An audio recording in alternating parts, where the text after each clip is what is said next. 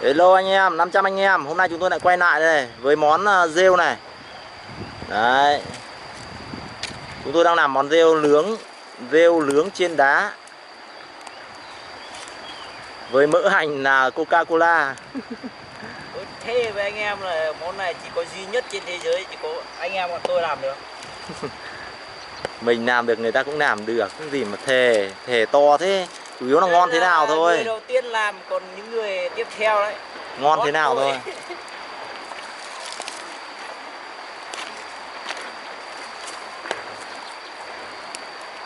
Món rêu rất ngon anh em ạ. À. Ôi ôi. Rồi mạnh thế thì mới ăn được cái nào ngon đấy. Bọn nó đang còn làm thử thách ăn trong nhà toilet, ăn phân, ăn củ. Mình ăn cái này đang còn ngon chán, đúng không? Bây giờ chú ăn hết chỗ này, anh cho chú 500.000. Lấy tiền ra đây. À, lấy tiền đây à? Được, tôi sẽ thách đấu thằng em này là ăn hết chỗ này. Nhưng mà đau bụng cấm kêu nhá. Nhưng mà cái này có gì đâu mà đau bụng nhỉ?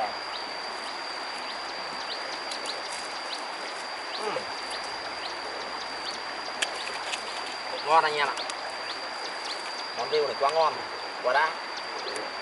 Cái này mà có gái ngồi bên cạnh ăn nữa thì tuyệt.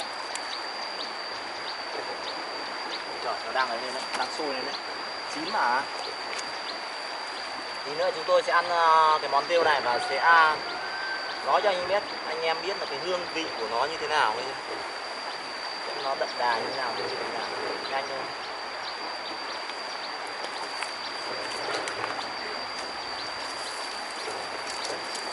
Để cho to lửa lên thì nó mới ngon.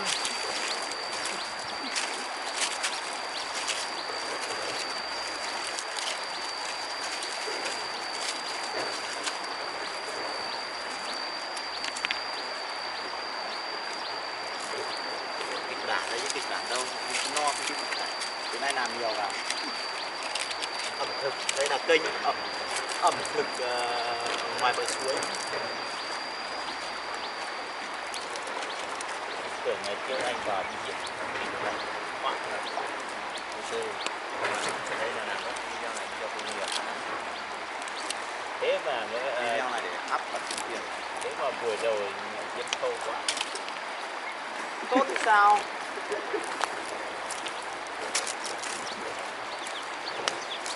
Ám khói này tí ăn làm sao?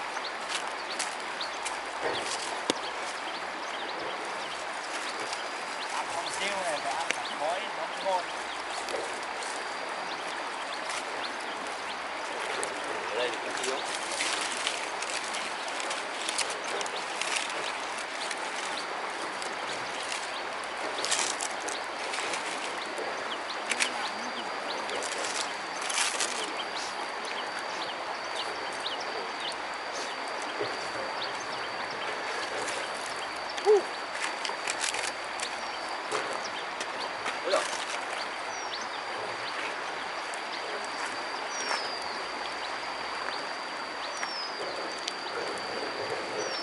Món rêu sắp thành sắp chín, sắp ngon rồi anh ạ. Đấy.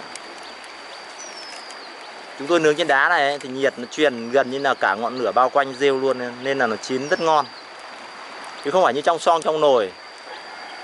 Trông thế này thôi không bẩn đâu, ăn thoải mái. Ăn còn ngon, tí nữa thành một tảng luôn. Rêu nướng với Coca-Cola nha. Bạn nào không tin cứ làm thử ăn coi, chết biết liền. Đùa, mình nói đùa thôi. Sao mà chết được, có cái gì độc đâu mà chết.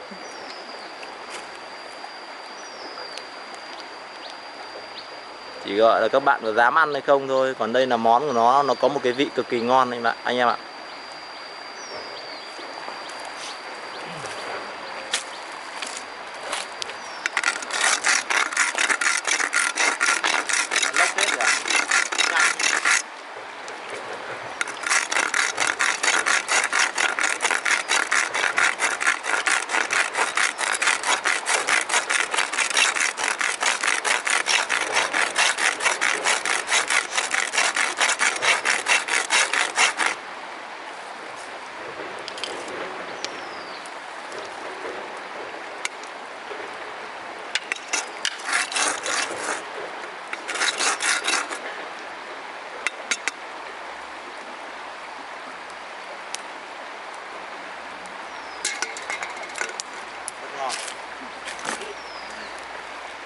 rất ngon. Xôi đẹp đấy.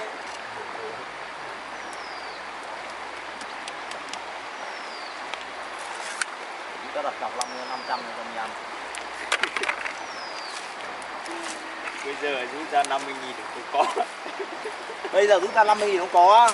Chú có nhầm anh không đây? Hả?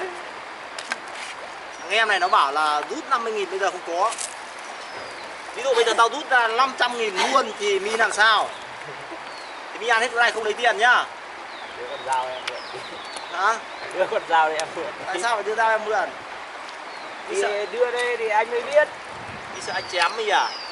Đưa đây. Đây dao đây. Đưa hết tiền hay không? Chết rồi.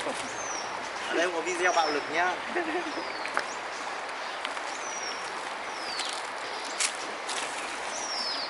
phải làm một cuộc đáng được với thằng em đấy. Một là Cái kiểu gì đấy. Tức là 500 có mi bịt mắt, tao chạy về nhà nó lấy xuống luôn cái nó gì nhỉ? Cho vào đây em ơi. Rồi cháy đều đi, để nó chín thật nhỉ.